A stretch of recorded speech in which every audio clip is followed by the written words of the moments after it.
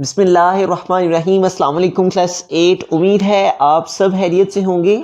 आज हम करेंगे रिव्यू एक्सरसाइज 1। इससे कबल हम प्रीवियस वीडियोस में यूनिट 1 की एक्सरसाइज 1.1, 1.2 एंड 1.3 को डिस्कस कर चुके हैं। उनके लिंक्स मैंने डिस्क्रिप्शन में दे दिए हैं, आप उनसे रिलेटेड भी लेक्चर्स ले सकते हैं। रिव्यू एक्सरसाइज 1 की जानिब चलते हैं। हमारा फर्स्ट क्वेश्चन है MCQs, तो इनके आंसर्स आपको बुक के लास्ट से अवेलेबल होंगे। क्वेश्चन नंबर 2 और इसके अंदर कुछ डेफिनेशंस हैं, ये भी आपको बुक के लास्ट से मिल जाएंगी। और क्वेश्चन नंबर 3 की जानिब चलते हैं। Right all subset of the following sets. तो यहाँ पे हमारे पास कुछ सेट्स हैं, इनके हमें सबसेट्स लिखने हैं। जैसा कि हमने 1.1 में भी सबसेट को डिस्कस किया था, उसी रूल को हम यहाँ पे भी अप्लाई करेंगे। सबसेट के ए की वैल्यू है हमारे पास, पहले हम ए सेट के लिखेंगे, फिर बी सेट के सबसेट्स लिखेंगे।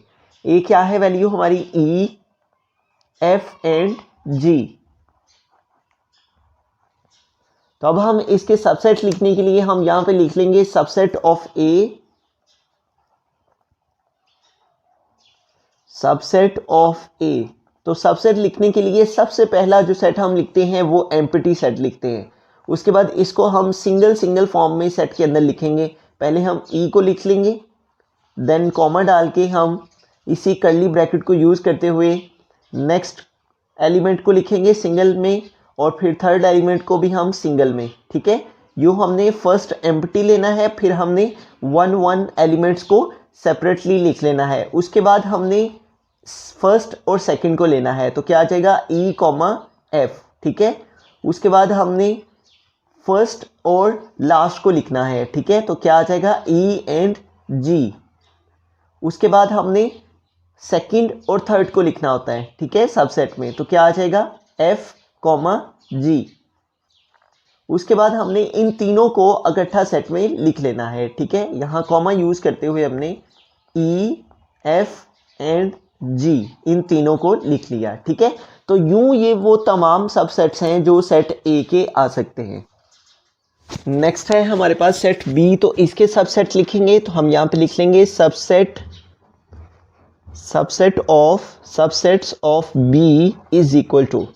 तो पहला जो हम सेट लिखेंगे वो एम्प्टी लिखेंगे। ठीक है, उसके बाद सेकंड में हम इसको सिंगल सिंगल फॉर्म में लिखेंगे।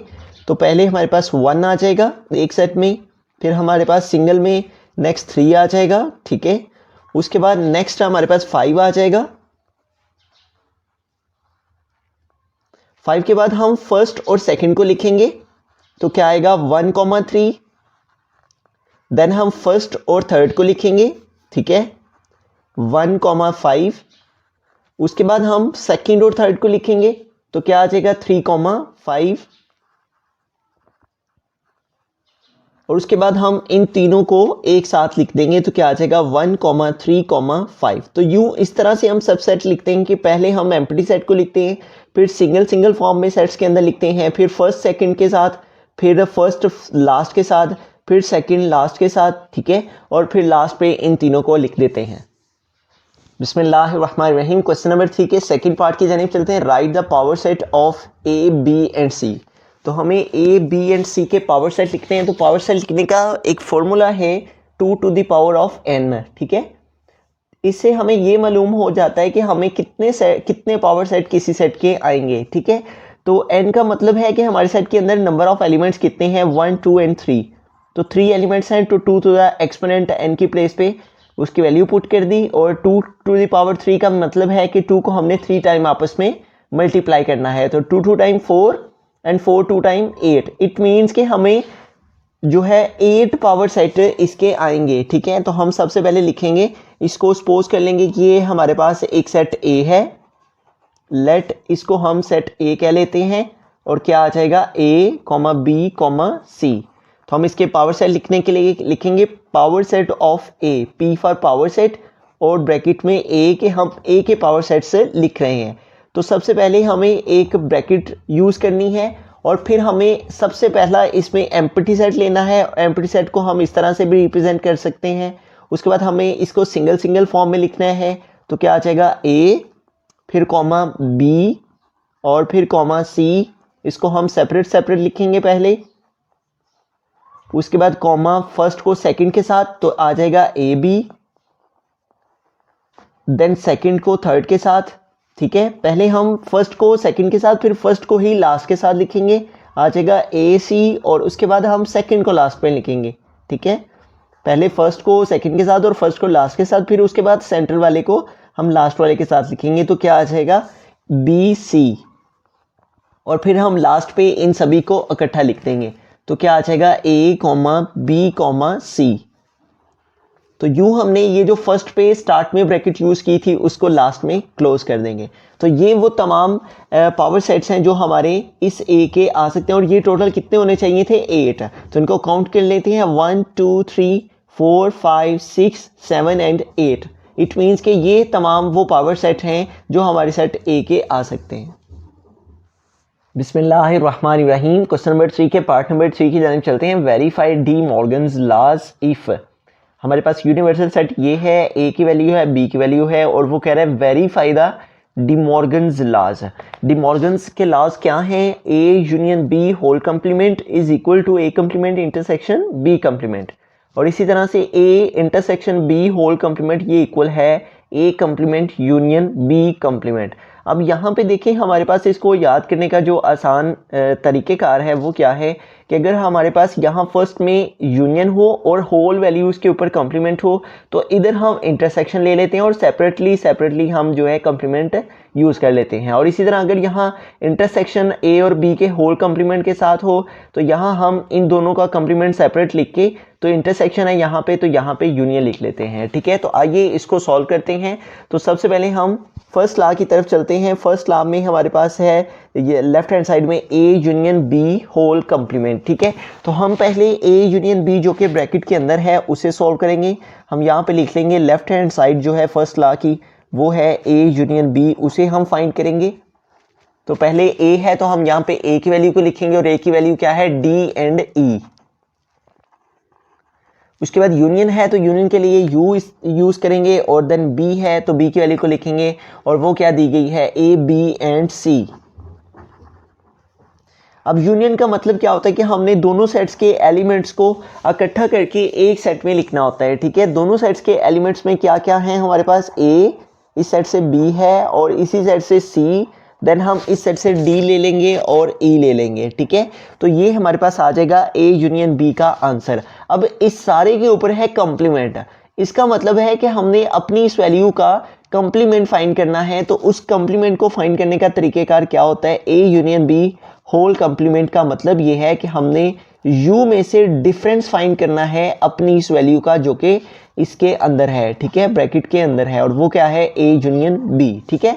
तो a union b whole complement का क्या मतलब है कि हमने u का डिफरेंस फाइंड करना है किसके साथ, ये जिस वैल्यू के ऊपर कंप्लीमेंट है उसके साथ, ठीक है। अब यहाँ पे हमारे पास पहले u है तो हम पहले यहाँ पे u की वैल्यू को लिखेंगे, और u की वैल्यू क्या दी गई है a b c d and e।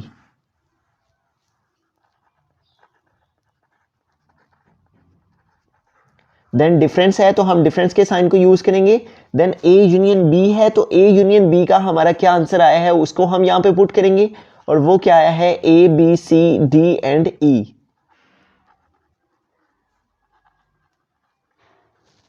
अब डिफरेंस में हमने क्या करना होता है कि हमने वो एलिमेंट्स लिखने होते हैं जो पहले सेट में हों और दूसरे सेट में ना हों, ठीक है। इसका आसान तरीका ये है कि हमने वो एलिमेंट जो दोनों में आ रहे हों उन्हें नहीं लिखना होता, बाकी जो फर्स्ट सेट में रह जाते हैं उन्हें लिख लिया जाता है। अब ये देखें, ए दोनों में है इसे नहीं लिखा जाएगा, बी भी दोनों में है इसे भी नहीं लिख सकते, सी भी दोनों में है ये भी नहीं आ सकता, ना ही डी है, डी भी दोनों में है ये भी नहीं आ सकता, और ना ही ई आ सकता है। तो ऐसी सूरत में जो आंसर है वो एम्प्टी सेट आ जाएगा, जबकि दोनों सेट्स के एलिमेंट्स में से कोई भी ऐसा एलिमेंट ना हो जो फर्स्ट सेट में हो और दूसरे में ना हो, ठीक है। तो इस सूरत में आंसर हमारा एम्प्टी सेट आ जाएगा। अब हम चलेंगे इसकी राइट हैंड साइड की तरफ। तो इसमें हमारे पास है पहले ए कंप्लीमेंट, तो हम पहले ए कंप्लीमेंट फाइंड करेंगे, और ए कंप्लीमेंट को फाइंड करने का तरीकेकार क्या है कि हमने u से डिफरेंस फाइंड करना होता है जिस वैल्यू के ऊपर कंप्लीमेंट हो उसका, ठीक है। तो u डिफरेंस a फाइंड करने का तरीकेकार क्या है, पहले u है तो हम यहाँ पे u की वैल्यू को लिखेंगे, और u की वैल्यू क्या है a b c d and e। तो हम u की प्लेस पे उसकी वैल्यू पुट कर देंगे a b c d and e। Then difference है, डिफरेंस के साइन को यूज करेंगे। उसके बाद a है तो हम यहाँ पे a की वैल्यू को लिखेंगे, और a की वैल्यू क्या है हमारे पास d एंड e। अब जैसा कि मैंने इसमें बताया आपको लेफ्ट हैंड साइड में कि हमारे पास जो डिफरेंस है उसमें हमने ये करना होता है कि ऐसे एलिमेंट्स जो दोनों सेट में आ रहे हों उन्हें नहीं लिखना होता, बाकी जो यू सेट में रह जाते हैं उन्हें लिखा जाता है। तो दोनों सेट्स में कौन से आ रहे हैं, एक तो डी आ रहा है दोनों में, एक ई आ रहा है, इनको हम नहीं लिखेंगे, बाकी जो यू सेट में रह जाएंगे उन्हें लिख लेंगे। और क्या है रिमेनिंग, ए बी एंड सी। ठीक है, ये वो एलिमेंट्स हैं जो यू सेट में हैं और ए सेट में नहीं है। ठीक है, अब हम ए कंप्लीमेंट फाइंड कर चुके हैं, अब हम बी कंप्लीमेंट फाइंड करेंगे। बी कंप्लीमेंट, और बी कंप्लीमेंट को फाइंड करने का तरीकाकार क्या है कि हमने u का डिफरेंस फाइंड करना है। अब किसके ऊपर है कंप्लीमेंट, b के ऊपर, तो इट मींस कि हमने u डिफरेंस b फाइंड करना है। पहले u है तो हम यहाँ पे u की वैल्यू को लिखेंगे, और u की वैल्यू क्या है हमारे पास, a b c d and e, a b c d and e। उसके बाद डिफरेंस है, डिफरेंस के साइन को यूज किया, देन b है तो हम यहाँ पे b की वैल्यू को लिखेंगे, और b की वैल्यू क्या दी गई है, a b एंड c।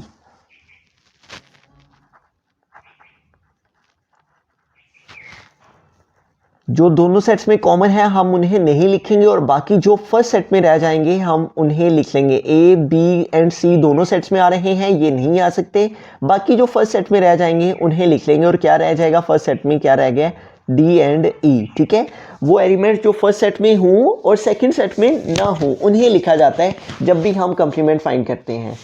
तो हमने ए कंप्लीमेंट भी फाइंड कर लिया, उसका आंसर हमारे पास ये आया, बी कंप्लीमेंट भी फाइंड कर लिया, उसका आंसर ये आया है। अब हमने इन दोनों का इंटरसेक्शन फाइंड कर लेना है, A complement intersection B complement.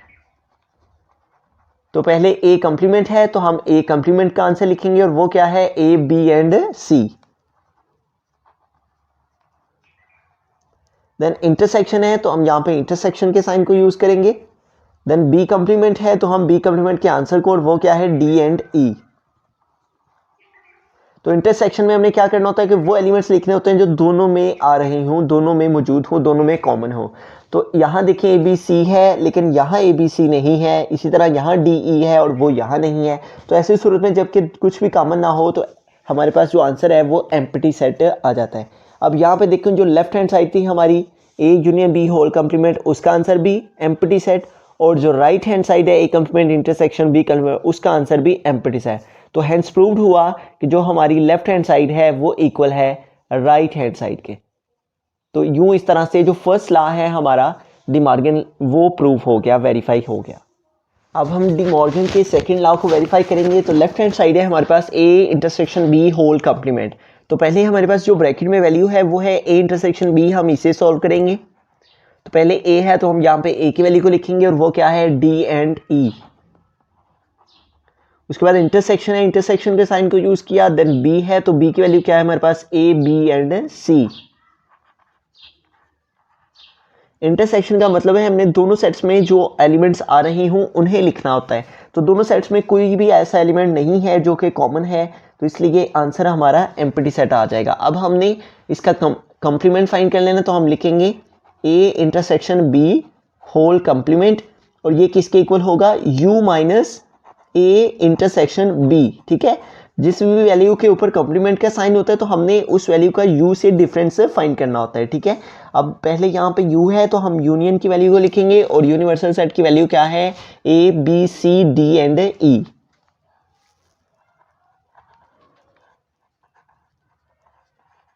Then difference है, डिफरेंस के साइन को यूज किया। देन ए इंटरसेक्शन बी है तो ए इंटरसेक्शन बी का आंसर क्या है हमारे पास, एम्प्टी सेट, उसको हम यहाँ पे पुट कर देंगे।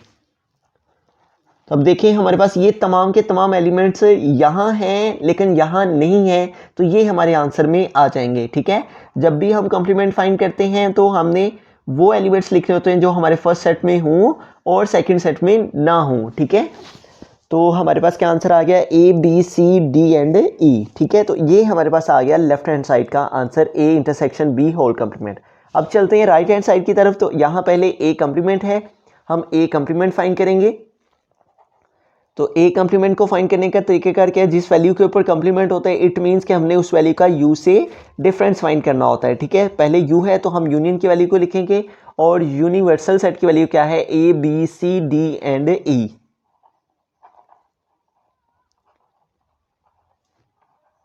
देन डिफरेंस है, डिफरेंस के साइन को यूज़ किया। देन ए है यहाँ पे, तो हम यहाँ पे ए की वैल्यू को लिखेंगे और ए की वैल्यू क्या दी गई है, D and E.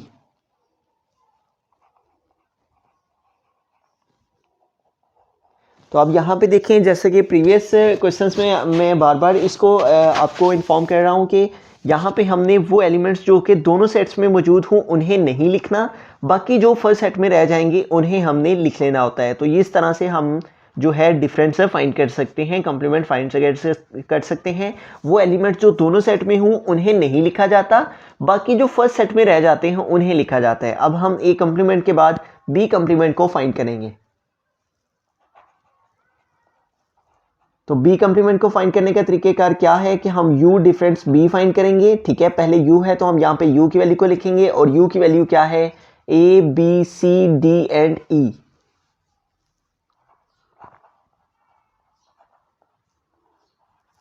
Then difference है तो हम यहाँ पे डिफरेंस के साइन को यूज करेंगे। उसके बाद b है तो हम b की वैल्यू को लिखेंगे और b की वैल्यू क्या दी गई है, a b एंड c।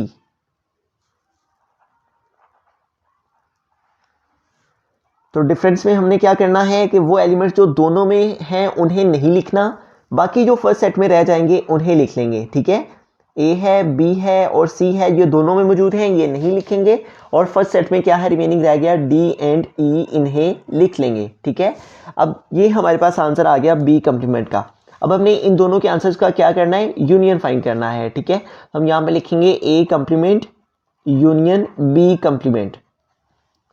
तो ए कंप्लीमेंट का हमारे पास क्या आंसर है, ए बी एंड सी। ठीक है, ये हमारे ए कंप्लीमेंट का आंसर है, उसको हम यहाँ पे लिख देंगे।